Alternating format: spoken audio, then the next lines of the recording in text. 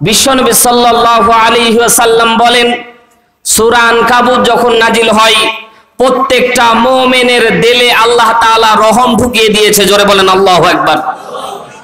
সম্মানিত ভাইরা আমার, আল্লাহ রাব্বুল আলামিন যখন সূরা আনকাবুত নাজিল করে, প্রেক্ষাপট একটু সামান্য টাচ দিয়ে চলে যাব মূল আলোচ্য বিষয়ের দিকে।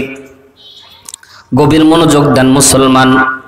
বিশ্ব নবী সাল্লাল্লাহু আলাইহি ওয়াসাল্লাম যখন মক্কার মধ্যে দ্বীনের দাওয়াত দিচ্ছিলেন, জিজ্ঞাসা করতে চাই মুসলমান, বিশ্ব নবী খুব আদরে খুব নম্রভাবে যখন দ্বীনের দাওয়াতগুলি দিচ্ছিলেন, বিশ্ব নবীর বন্ধুর থেকে শত্রুর পরিমাণ বেশি ছিল না কম? জোরে বলেন, সবাই কথা বলা রাখবে, বেশি না কম? শুধু কি বেশি? না না না, এত পরিমাণে বিশ্বনবীর শত্রু, যারা বিশ্বনবীকে আল আমিন as-সাদিক বলে ডাকতো মুসলমান। সময়ের ব্যবধানে বিশ্বনবী 40 বছর পর্যন্ত মানুষের দ্বারে দ্বারে গিয়েছিল, কোন ব্যক্তি বিশ্বনবীর বিপক্ষে অবস্থান নেয় নাই। 40 বছর বয়সে যখন আল্লাহ কোরআনুল কারীম নাজিল করেছেন, সেই সময় যখন লা ইলাহা ইল্লাল্লাহর দাওয়াত দেওয়া শুরু করে দিয়েছে, সেদিন থেকে বন্ধুরা বিশ্বনবীর শত্রুতে পরিণত হয়ে গিয়েছিল। কথা বলেন ঠিক কি না?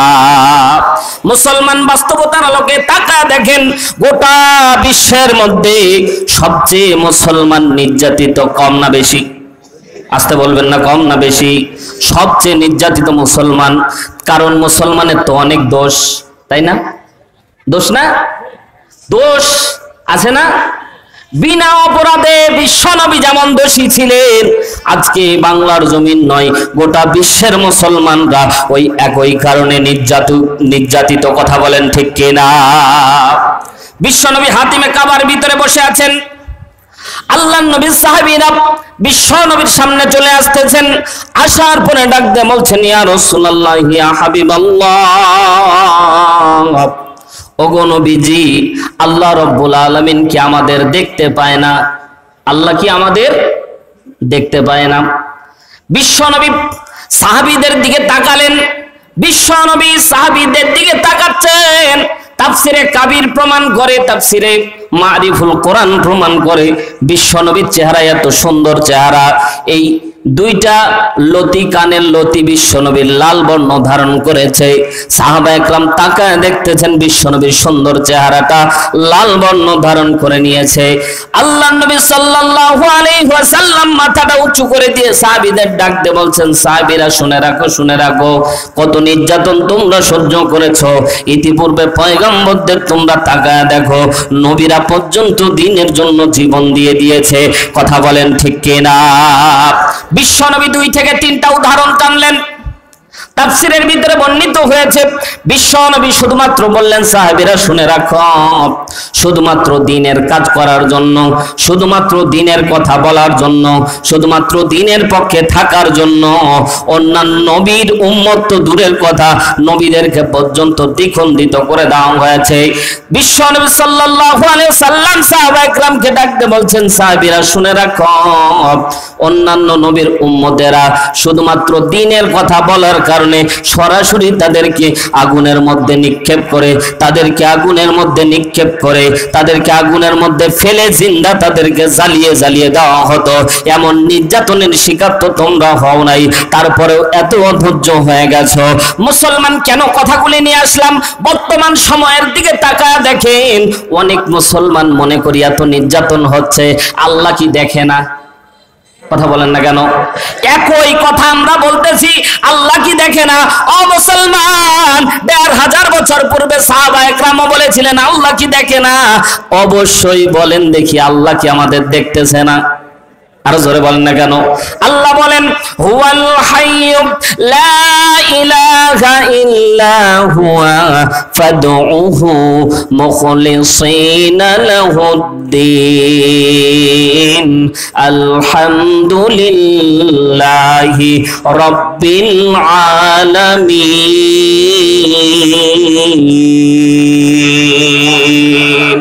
আরো জোরে বলতে হবে, আল্লাহু আকবার। সূরা মুমিন কোট করে নিয়ে যান, সূরা মুমিন 68 নম্বর আয়াত আল্লাহ রাব্বুল আলামিন বলেন হুয়াল হাইয়্যু, আমি আল্লাহ চিরঞ্জীব, লা ইলাহা ইল্লা হুয়া, আমি আল্লাহ ছাড়া অন্য কোনো ইলাহ নাই, মাবুদ নাই। আল্লাহ বলছে ফাদউহু, ইবাদত করতে হবে আমি আল্লাহর, মুখলিসিনা লাহুদ্দিন, আর খালিস নিয়তে দ্বীনের ভিতরে ঢুকে যাওয়া লাগবে। আলহামদুলিল্লাহি রাব্বিল আলামিন, সমস্ত প্রশংসার মালিক যিনি, চিৎকার দিয়ে বলেন তিনি কে? আরো জোরে জবান খুলে বলেন না তিনি কে? আল্লাহ রাব্বুল আলামিন অন্য আয়াতের মধ্যে আল্লাহ বলছে কুল্লু শাইইন হালিক, আল্লাহ বলেন সবকিছু ধ্বংস হয়ে যাবে, ইল্লা ওয়াজহাহু, শুধুমাত্র যিনি টিকে থাকবেন, চিল্লায়া বলেন তিনি কে? আরো জোরে বলেন তিনি কে? আল্লাহ বলে সবকিছু ধ্বংস হয়ে যাবে, শুধুমাত্র আমি আল্লাহ টিকে থাকবো। তার মানে বোঝা গেল আল্লাহ রাব্বুল আলামিন এখনো, আগেও যেমন ছিল এখনো তেমন আছে। আল্লাহ রাব্বুল আলামিন এখনো আমাদেরকে দেখতেছে, শুধু সময়ের অভাব মুসলমান, সময় শুধুমাত্র পাল্টে যাবে।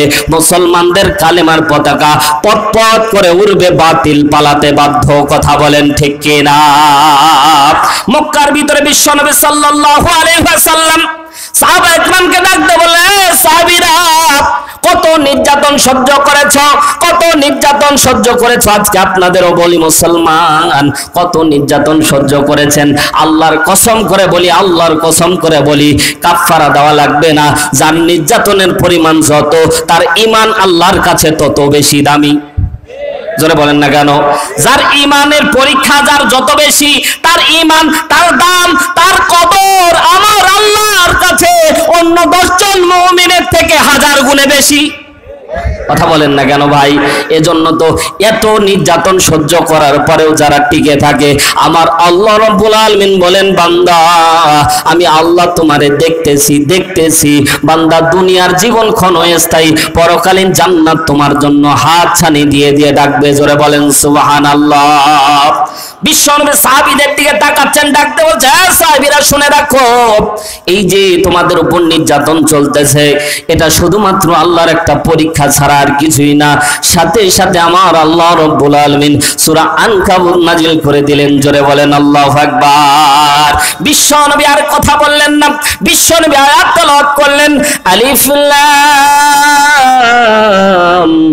মিম আহাসিবান নাসু আইয়ুতরাকু আইয়াকুলু আমান্না ওয়া হুম লা ইফতানুন। আল্লাহ বলছেন, এই ঈমানদাররা, আহাসিবান নাস ওয়া ইউতরাকু ইয়াকুলু আমান্না, শুধুমাত্র জবান দিয়ে স্বীকার করে নিবে আমরা আল্লাহর প্রতি ঈমান আনলাম, আমি আল্লাহ ছেড়ে দেব। না না না, এত সহজ না। আমি আল্লাহ পরীক্ষা করব কারা ঈমানের ব্যাপারে পরীক্ষিত, কারা ঈমানের ব্যাপারে সত্যিকার মুমিন, আমি আল্লাহ পরীক্ষা করে নেব। আর ওই পরীক্ষাই বর্তমান আমাদের চলতেছে। কথা বলেন ঠিক কিনা? মুসলমান ভাইরা আমার, সাধারণ একটা কথা চিন্তা করেন, বাজারের মধ্যে আমরা যাই হাঁড়ি কেনার জন্য, ভাত রান্না করার, ঠিক না? মাটির হাঁড়ি, বর্তমানে তো মাটির হাঁড়ি কমে যাচ্ছে, ঠিক কিনা? কারণ বর্তমান সময়ে খেয়াল করে দেখবেন, আমাদের মা বোনেরা যারা আছে, বর্তমান সময়ে মা বোন ডিজিটাল হচ্ছে, বর্তমান সময়ে মা বোন শিক্ষিত হচ্ছে, কিন্তু আগের সেই স্বাদ কিন্তু 1000 গুণে কমে যাচ্ছে। কথা বলেন না কেন? বাস্তব কথা ভাই, আগেকার দিনে শুধুমাত্র ডিম তেলানি করলে পাড়া প্রতিবেশী সবাই টের পাইতো, আর ইলিশ মাছ রান্না করলে পুরা এলাকা টের পাইতো। বর্তমান সময়ের দিকে তাকায় দেখলাম, আজকে থেকে 10 বছর আগেকার নানি আর দাদিরা, তারা কিন্তু রাঁধুনি গুঁড়া মশলা কি জিনিস এটা জানতো না। তারপরেও তারা যখন রান্না করতো, এই রান্নায় একদিন খেলে 3 দিন পর্যন্ত হাত থেকে সেন্ট যেত না। জোরে বলেন না কেন ভাই? কিন্তু বর্তমান সময়ে দামি ইলিশ কেনার পরে, খাওয়ার পরে চিন্তা করি, ইলিশ খাইলাম না সিলভার কাপ খাইলাম। জোরে বলেন না কেন ভাই? মা বোনেরাও কনফিউশনের মধ্যে পড়ে যায়, কি রান্না করলাম, ইলিশ না সিলভার কাপ। কারণ আগেকার দিনে ইলিশের যে স্বাদ, বর্তমান সময়ে ওই ইলিশের স্বাদ আর পাওয়া যায় না। কথা বলেন ঠিক কিনা? কোন খাবারের মধ্যে স্বাদ আর বরকত যেন আল্লাহ রাব্বুল আলামিন উঠিয়ে নিয়েছে। মুসলমান গভীর মনোযোগ দেন। আগেকার দিনে আমাদের দাদা কিংবা নানারা যখন বাজারে যাইতো, হাঁড়ি কেনার সময়, পাতিল কেনার সময়, যখন মাটির পাতিল কিনতো, এখানে মুরব্বী বাবাজিরা যারা আছে তারা বুঝবেন। বলেন দেখি, পাতিল কেনার আগে এক দুইটা বাড়ি পাতিলে মারার দরকার ছিল কি ছিল না? জোরে বলেন, জোরে বলতে হবে। টং টং করে যদি হাঁড়ি বাজে তাহলে ঠিক আছে, ঠিক না? আর যদি ধপ ধপ করে তার মানে বোঝা যায় এটা ফাটল ধরে আছে, এটা কিনা যাবে না। যদি কিনি তাহলে বাড়িতে গিন্নি তারা খাওয়া লাগবে। কথা বলেন না কেন? এজন্য আমরা কিন্তু আগেকার দিনে সামান্য 10 কেজি, সামান্য 2 কেজি, 1 কেজি চাল রান্না করার জন্য সামান্য হাঁড়ি কেনার সময় যদি পাতিলের মধ্যে বাজিয়ে দেখতে হয়, ও মুসলমান, সামান্য কমন সেন্সে চিন্তা করতে হবে এই দুনিয়ার সবচেয়ে ছোট জান্নাত এই দুনিয়ার 10 দুনিয়া পরিমাণ। আল্লাহ ওই ছোট জান্নাতটা আপনাকে আমাকে দান করবেন, এত সহজে দান করে দেবে। এজন্য আল্লাহ মাঝে মাঝে আপনাকে মামলা দিয়ে, মাঝে মাঝে আপনাকে সামান্য কিছু দিয়ে, মাঝে মাঝে আপনাকে পরীক্ষা করে, দেখে ইমানদার ঠিক আছে কিনা। আর আমরা মনে করি এটা আমাদের প্রতি মনে হয় জরিপানা। না না না, আল্লাহ বলে আল্লাহ তাখাফু ওয়ালা তাহজানু ওয়া আবশিরু বিল জান্নাতিল্লাতী কুনতুম তুআদুন।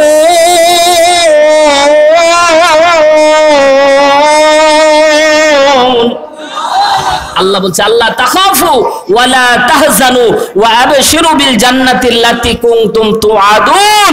বান্দা তুমি বেশি দেরি করো না, মরতে দেরি হবে, আল্লাহর 8টা জান্নাত তোমাকে হাত ছানি দিয়ে দিয়ে ডাকতে দেরি করবে না। জোরে বলেন আল্লাহু আকবার। সম্মানিত ভাইরা আমার, আল্লাহ রাব্বুল আলামিন আনকাবুত নাজিল করে দিলেন। নাজিল করার একটা কারণ আপনাদেরকে বলি। মুসলমান, বলতেছিলাম মাকরুসা ভুলে গেছেন নাকি? ওই যে মাকড়সা, জিজ্ঞাসা করতে চাই মাকড়সার পা কয়টা? জোরে বলেন, বলেন, মারেন, যা হয় হোক, হবে তো একটা, 4টা 5টা অনেকে বলতেছে, যাই হোক মাকড়সার পা হচ্ছে 8টা। জোরে বলেন কয়টা? 8টা পা আছে, যাই গুনে দেখবেন আজকে। মাকড়সা যে জাল বিস্তার করে, এবার জিজ্ঞাসা করতে চাই, ওই জাল খুব শক্ত, তাই না? হ্যাঁ, খুব শক্ত না? কি বলেন? কোরআন বলতেছে মাকড়সা নিজে মনে করে, কোরআনে তাফসীর প্রমাণ করতেছে। তাহলে আপনারা ভুল না কোরআন ভুল? ভাই এবার দেখেন মজার ব্যাপার।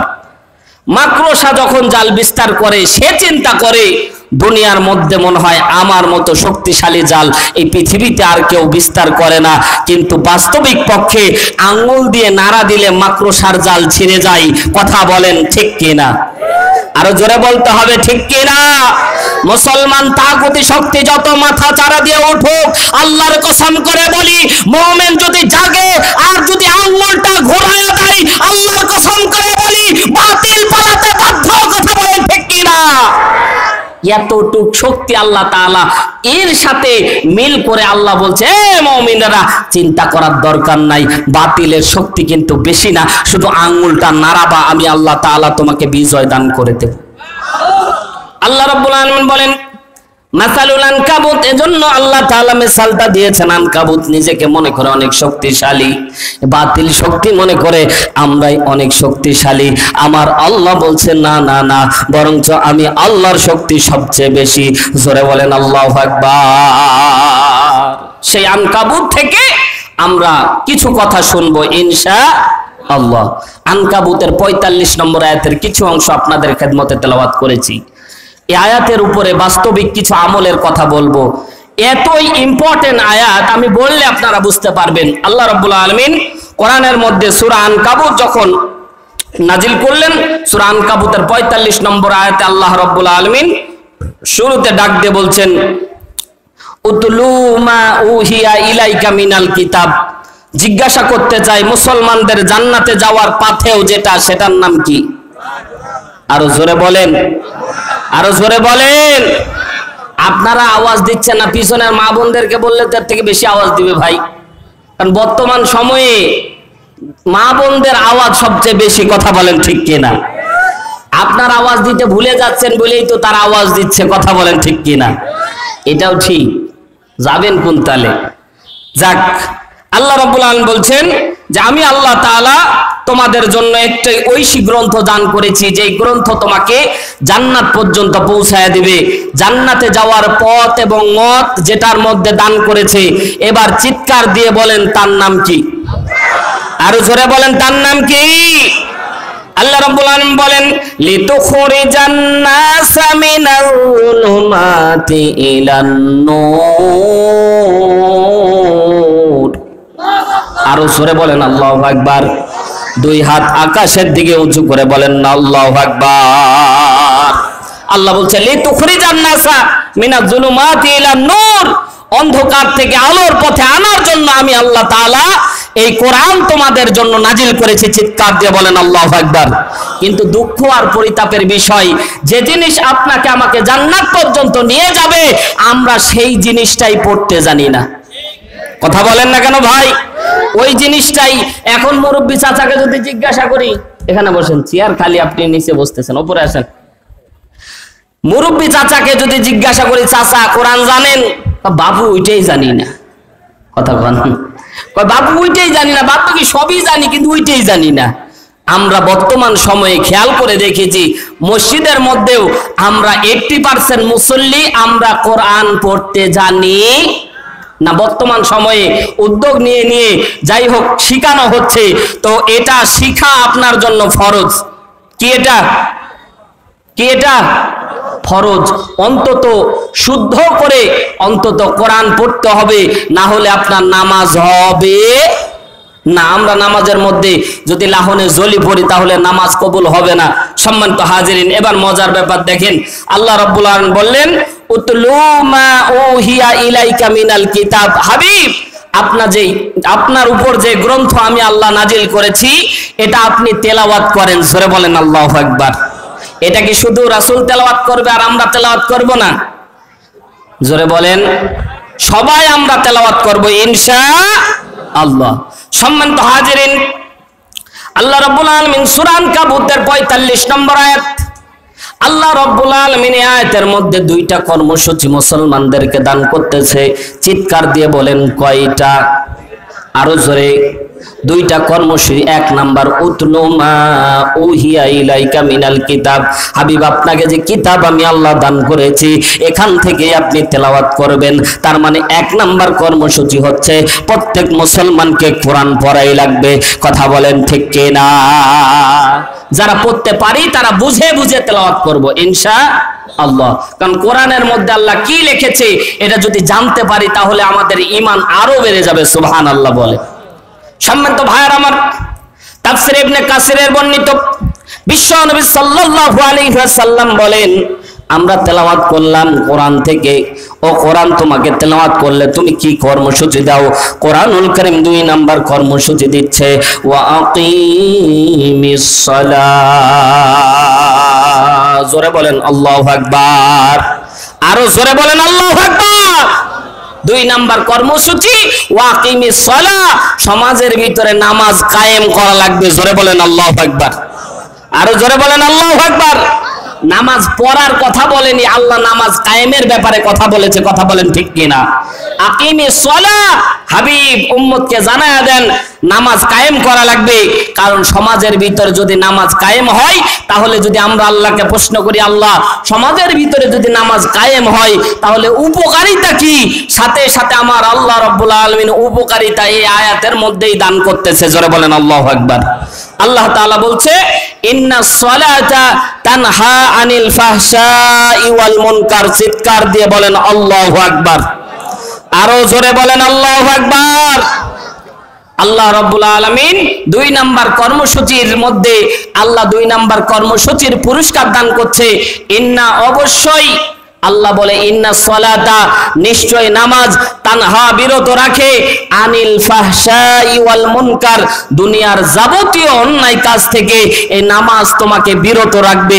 চিৎকার দিয়ে একবার বলেন না আল্লাহু আকবার। এবার জিজ্ঞাসা করতে চাই, আল্লাহ তাআলা বললেন যেই কথা, এই কথা সত্য না মিথ্যা?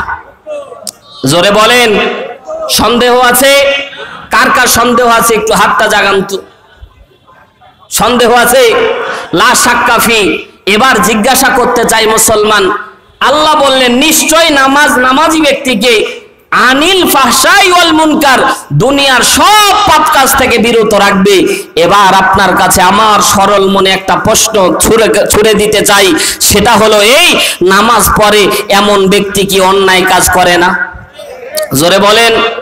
নামাজ পড়ে পহেলা কাতারে চিন্তা করে দেখলাম আল্লাহ তাআলা বললেন ইন্নাস সালাতা তানহা আনিল ফাহশাই ওয়াল মুনকার। এটা কার কথা? আল্লাহ বললেন। তো আমি চিন্তা করে দেখলাম ইমামের পিছনে দাঁড়ায়া যারা বসে আছে, আপনাদের এলাকার কথা বলতেছি না, বাস্তবিক কথা বলতেছি, কারো মাইন্ডে নিয়েন না।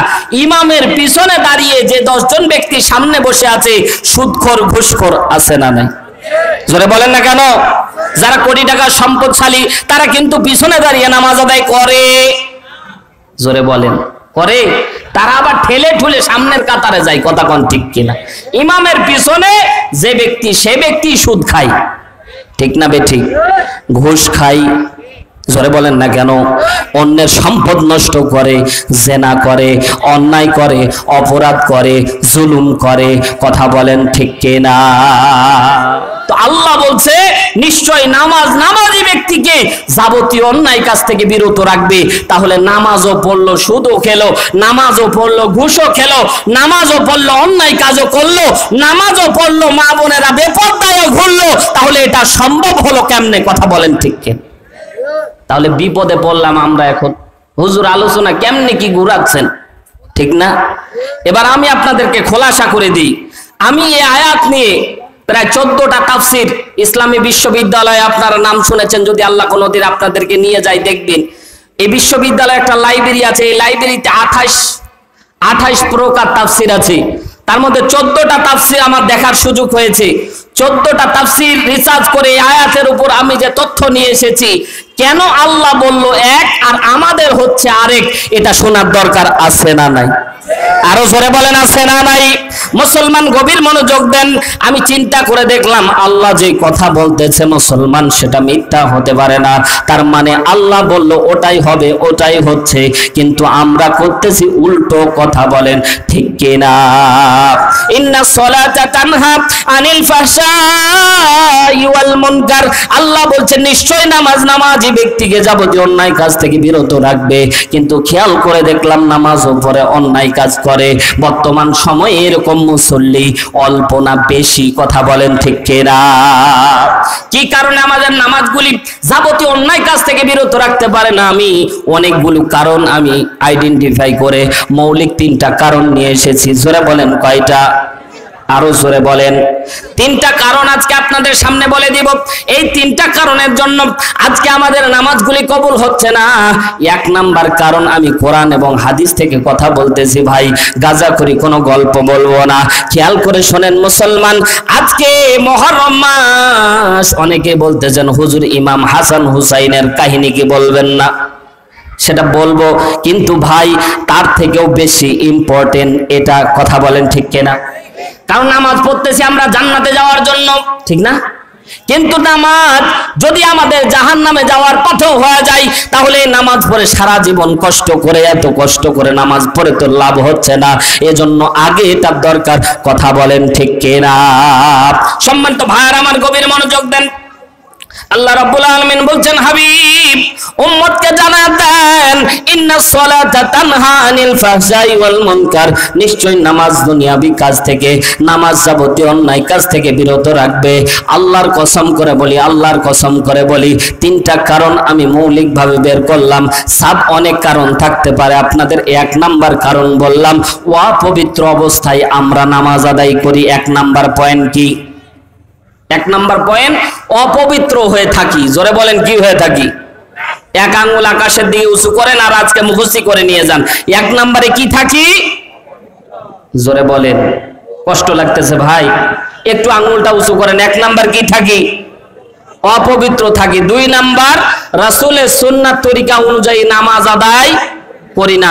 3 নাম্বার পয়েন্ট আসবে যে আমরা হালাল রুজি ভক্ষণের উপরে মৌলিকভাবে কিছু কথা বলবো। যতটুক প্রধান বক্তা আসা পর্যন্ত যতটুক সময় মৌলিক এই 3টা পয়েন্টের উপরে আমরা আলোচনা করব ইনশাআল্লাহ। 1 নাম্বার, অপবিত্র থাকি। এবার জিজ্ঞাসা করতে চাই মুসলমান, আমরা এখানে যারা বসে আছি বলবেন হুজুর এটা আবার কথা বললেন নাকি, অপবিত্র আবার কেমনে থাকা যায়? সম্মানিত ভাইয়ার আমার, আমি আয়াত যদি আপনাদের সামনে প্রেজেন্টেশন করি তখন বুঝতে পারবেন যে আমরা কেমনে অপবিত্র থাকি।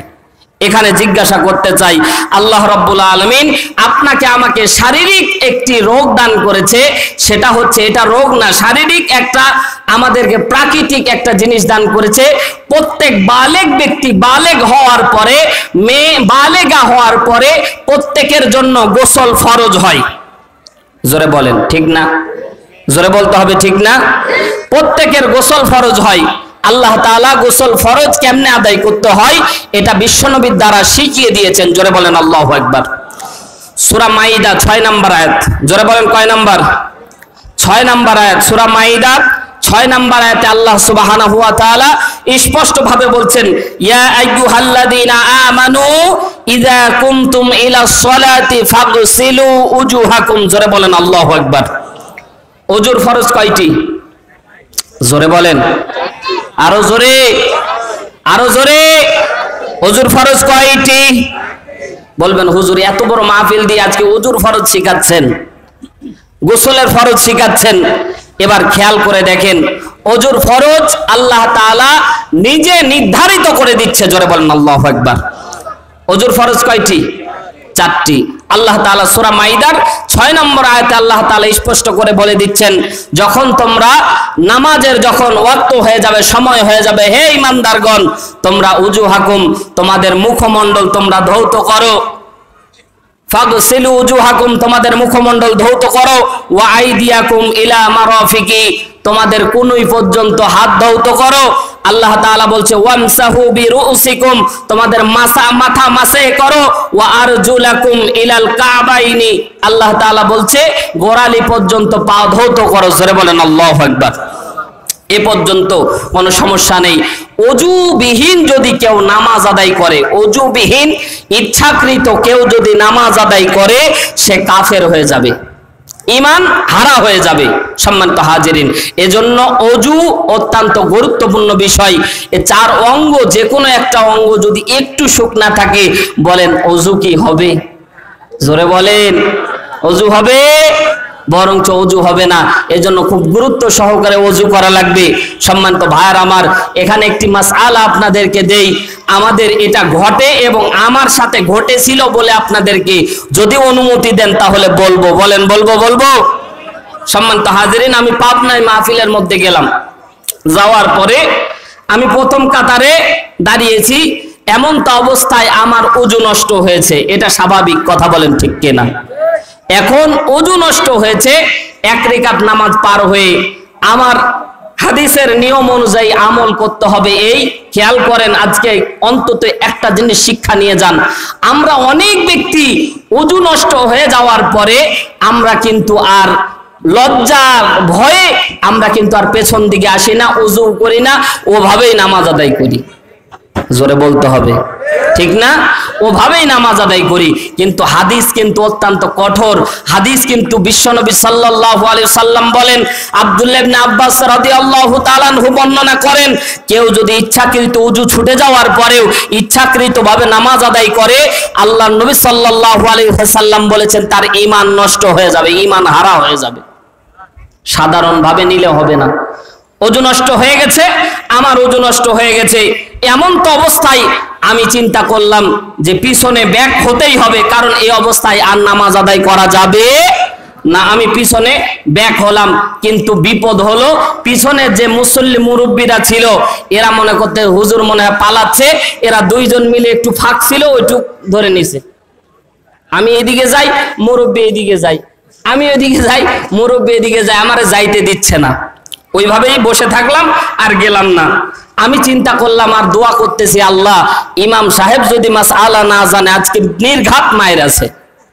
কথা বলেন ঠিক কিনা? ওরা মনে করতেছে আমি মনে হয় পলায়ন করতেছি, এজন্য ওরা কোনো রকম আমরা যাইতে দিল না। পরে আমি বললাম যে দেখেন আমার ওযু নষ্ট হয়েছিল, ওযু করে চলে আসা।